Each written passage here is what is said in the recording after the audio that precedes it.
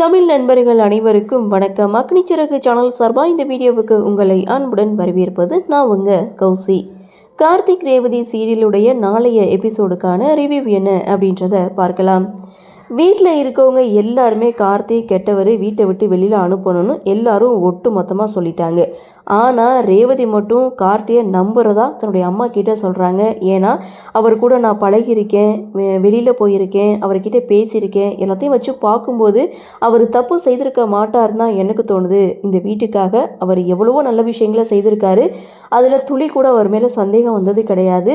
அது மட்டும் இல்லை, மாப்பிள்ளை பார்த்ததும் அவர் தான் இந்த வீட்டில் எல்லா வேலைகளையும் இழுத்து போட்டும் செய்தார். என்னுடைய நிச்சய வேலைகளையும் அம்மா அவர்கிட்ட தான் ஒப்படைச்சாங்க. ஸோ எல்லா வேலைகளையும் செய்யும்போது அவர் மேலே ஒரு சின்ன சந்தேகம் கூட ஏற்பட்டதில்லை. அப்படி இருக்கும்போது அவர் இந்த விஷயத்தை செய்திருக்க மாட்டார்னு எனக்கு தோணுது. அவருக்கு கொஞ்சம் டைம் கொடுக்கலாம், இது யாருடைய சூழ்ச்சியாக தான் இருக்கணும் அப்படின்னு ரேவதி கார்த்திக்கு சப்போர்ட் பண்ணி பேசுகிறாங்க.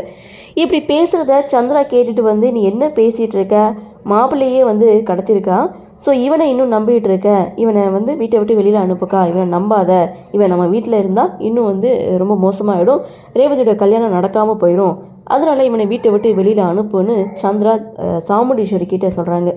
அப்போது சாமுண்டீஸ்வரி ஒரு முடிவெடுக்கிறாங்க.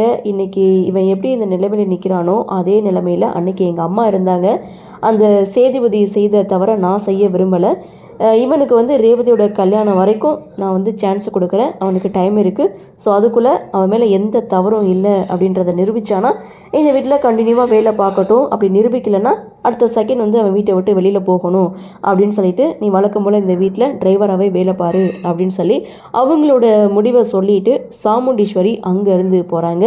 கார்த்தியும் அங்கேருந்து போகிறாங்க. அப்போது கார்த்தி ரூமில் பலத்த யோசனையோடு உட்காந்துட்டு இருக்காங்க. அப்போது ரேவதியுடைய என்ட்ரி. ரேவதிக்கு நன்றி சொல்கிறாங்க. ஏன்னா எல்லாருமே என்னை நம்பாத போது நீ ஒரு ஆளாச்சு என்னை நம்புனியே அப்படின்னு சொல்ல, இல்லை இது எல்லாமே அந்த சிவனண்டியுடைய வேலையாக தான் இருக்கணும்னு நான் நினைக்கிறேன் அப்படின்னு சொல்ல, இதுக்கு பின்னாடி யார் இருக்கிறான்னு கூடிய சீக்கிரம் நான் கண்டுபிடிச்சி நான் நிரூபிப்பேன் அப்படின்னு சொல்லி இவங்க 2 பேருடைய கன்வர்சேஷனை முடிக்கிறாங்க. அப்படியே சீனை கட் பண்ணால் எல்லா தடைகளையும் தாண்டி நிச்சயம் நல்லபடியாக நடந்து முடிஞ்சிருச்சு அப்படின்ற சந்தோஷத்தில் மகேஷ் மாயா 2 பேரும் பேசிகிட்டு இருக்காங்க.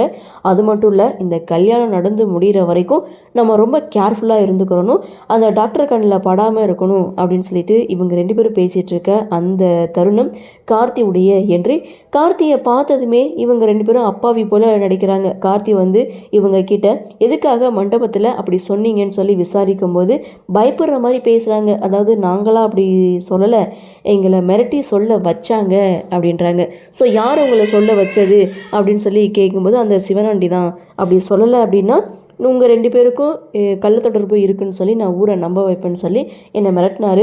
உங்களுக்கே தெரியும் அவர் இந்த ஊரில் பெரும்பொல்லி, அவர் சொன்னால் எல்லாருமே கேட்பாங்க, நாங்கள் மிடில் கிளாஸ் ஃபேமிலி, நாங்கள் சொன்னால் யாருமே கேட்க மாட்டாங்க, ஸோ அப்படி இருக்கும்போது மாதிரி நினைக்கிற ஒரு பையனை இப்படி கள்ள தொடர்புன்னு சொன்னால் யாருக்கு தான் பயம் வராது, ஸோ பயந்து தான் நாங்கள் போய் சொல்லிட்டோம் அப்படின்னு இவங்க 2 பேரும் சேர்ந்து கார்த்தியை ஏமாத்துறாங்க.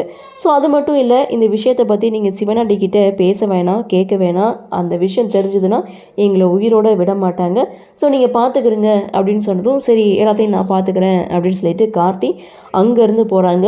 ஸோ எங்கே இந்த விஷயத்தை கார்த்தி சிவனாண்டிக்கிட்ட பேசிடுவானோ கேட்டுருவானோ அப்படின்னு சொல்லி முன்கூட்டியே மாயா சிவனாண்டிக்கு கால் பண்ணி கார்த்தி வந்த விஷயத்தையும் இது மாதிரி யாரோ ஒன்று பண்ண சொன்னா அப்படின்ற விஷயத்தையும் எங்ககிட்ட கேட்டான் அப்படின்னு சொன்னதும், உண்மையை வளரிட்டீங்களா அப்படின்னு சொல்ல, என்னை கொண்டு போட்டாலும் நான் உண்மையை சொல்ல மாட்டேன் அப்படின்னு சொல்லி, என்னவாக இருந்தாலும் நீங்கள் உங்ககிட்ட விசாரிக்கும் போது அவன் போட்டு வாங்குவான், நீங்கள் உண்மையை வளராமல் இருந்தால் சரி, ஏன்னா நாங்கள் இந்த மாதிரி சொன்னோன்னு சொல்லி அவன் உங்ககிட்ட போட்டு வாங்க அதிக சான்ஸ் இருக்குது, அவன் பண்ணக்கூடிய ஆள் தான், கொஞ்சம் கேர்ஃபுல்லாக இருந்துக்கிறங்கன்னு இவங்க சொன்னதை மறைச்சு இங்கே சிவனாண்டிக்கு கால் பண்ணி சொல்கிறாங்க.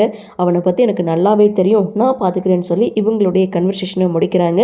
ஸோ அடுத்து மாயா மகேஷ் கிட்ட நான் போய் டாக்டர்கிட்ட இருக்கிற அந்த ரிப்போர்ட்லாம் வாங்கிட்டு மருந்து மாத்திரையெல்லாம் எடுத்துகிட்டு நான் உடனே வந்துடுறேன் அப்படின்னு சொல்லி இவங்களுடைய கன்வர்சேஷனை முடிக்கிறாங்க. ஸோ அடுத்த சீன் அப்படின்னு பார்க்கும்போது கார்த்தி காரில் போயிட்டுருக்காங்க. அப்போது மண்டபத்திலேருந்து மேனேஜர் ஃபோன் பண்ணுறாங்க, இது மாதிரி உங்கள் வீட்டில் இருக்கவங்களுடைய திங்ஸ் விட்டுட்டு போயிட்டாங்க, நான் கொஞ்சம் வெளியில் போக வேண்டியது இருக்குது, ஸோ நீங்கள் எடுத்துகிட்டு போயிருங்க அப்படின்னு சொன்னதும் அடுத்த செகண்ட் கார்த்தி மண்டபத்துக்கு போகிறாங்க. எங்கே திங்ஸ்ன்னு கேட்குறாங்க, எடுத்து கொடுக்குறாங்க. செக் பண்ணி பார்த்தா அதில் அந்த குழந்தை சொன்ன பர்பிள் கலர் புடவை இருக்குது, இது அந்த குட்டி பொண்ணு சொன்ன புடவையாச்சே அப்படின்னு சொல்லிட்டு சந்தேகத்தோட கார்த்தி பார்த்திங்கன்னா அந்த புடவைய எடுத்துகிட்டு வீட்டுக்கு வராங்க.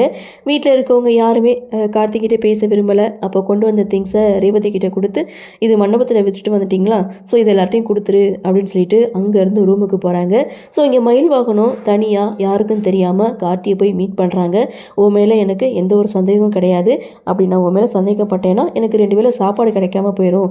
அதனால தான் அப்படி நான் சந்தேகப்பட்டு பேசுகிற மாதிரி பேசிட்டேன். உன் மேலே எனக்கு துளி கூட சந்தேகம் இல்லை, உன் மேலே எனக்கு நம்பிக்கை தான் இருக்குன்னு மயில் வாகனம் இங்கே கார்த்திகிட்ட பேசும்போது, அப்போது கார்த்தி பார்த்திங்கன்னா இது எல்லாமே அந்த சிவனண்டியுடைய வேலையாக தான் இருக்குன்னு இங்கே மயில் வாகனம் சொல்லும்போது, அந்த இடத்துல அவன் மட்டும் இல்லை, பின்னாடி யாரோ ஒரு லேடியும் இருக்காங்க அப்படின்னு சொல்லி கண்டுபிடிக்கிறாங்க. ஸோ இதை எப்படி நீ கன்ஃபார்மாக சொல்கிறேன்ட்டு மயில் வாகனம் கார்த்திகிட்ட கேட்கும்போது, அப்போ தான் மண்டபத்தில் நடந்த எல்லா விஷயத்தையும் கூட்டி கூட்டி ஃப்ளாஷ்பேக் சீனாக மயில் வாகனத்துக்கிட்ட எடுத்து சொல்ல, அட இவ்வளோ விஷயம் நடந்திருக்கா, அதே எப்படிப்பா ஓன் கண்ணில் அதிரடியாக வந்து மண்ணை தூவிட்டு போயிருக்கானா, அவள் வந்து சரியான ஆள் தான் அப்படின்னு சொல்ல, அப்போது கார்த்தி அந்த பர்பிள் கலர் புடவையை எடுத்து மயில் வாகனத்திட்ட கொடுக்க, இந்த புடவை அன்னைக்கு யாரோ தான் கட்டியிருக்காங்க, இந்த லேடி தான் அந்த குழந்தையோட கையை ஃபேனில் மாட்டியிருக்காங்க அப்படின்னு சொன்னதும், அந்த புடவையை வாங்கினதுமே மயில் வாகனம் கண்டுபிடிக்கிறாரு. அட இது அந்த மாப்பிள்ளை மகேஷ் இருக்கால, அவங்க அண்ணி கட்டிட்டு வந்த புடவைப்பா அப்படின்னு சொன்னதும் கார்த்தி செம்ம ஷாக் ஆகுறாரு.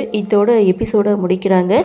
அடுத்து என்ன நடக்கும் அப்படின்ற ஒரு எதிர்பார்ப்போட இன்னைக்கு எபிசோடை முடிச்சிருக்காங்க. பார்க்கலாம் அடுத்தடுத்து என்ன மாதிரியான சுவாரஸ்யத்தோடு கதைக்கள நகர்வை கொண்டு வராங்க அப்படின்றத நாமளும் பொறுத்திருந்து பார்க்கலாம்.